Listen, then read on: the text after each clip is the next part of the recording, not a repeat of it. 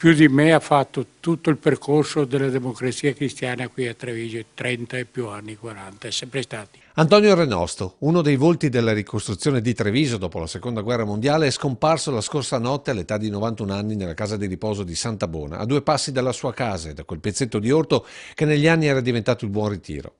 Bambino in Libia, con la famiglia partita da Treviso come tanti coloni italiani, torna lungo il Sile durante i giorni della guerra civile e viene chiamato dal vescovo a mediare tra partigiani e truppe di occupazione. Poi la presenza in polizia e la passione politica vissuta come missione. E mio fratello era uno che si impegnava molto con la gente, aiutava la gente a sbrigare le pratiche quando avevano bisogno, li portava, li indicava, li faceva avere, ottenere anche.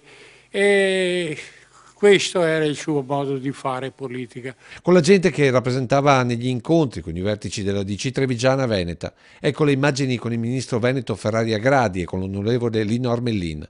E ancora con l'allora presidente della provincia Carlo Bernini, diventato poi governatore del Veneto e ministro dei trasporti.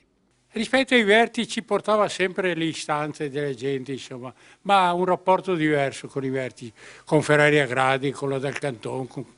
Non c'era questa, ecco, differenza. Con Antonio Renosto si chiude una pagina di storia della politica trevigiana che lascia comunque un'eredità.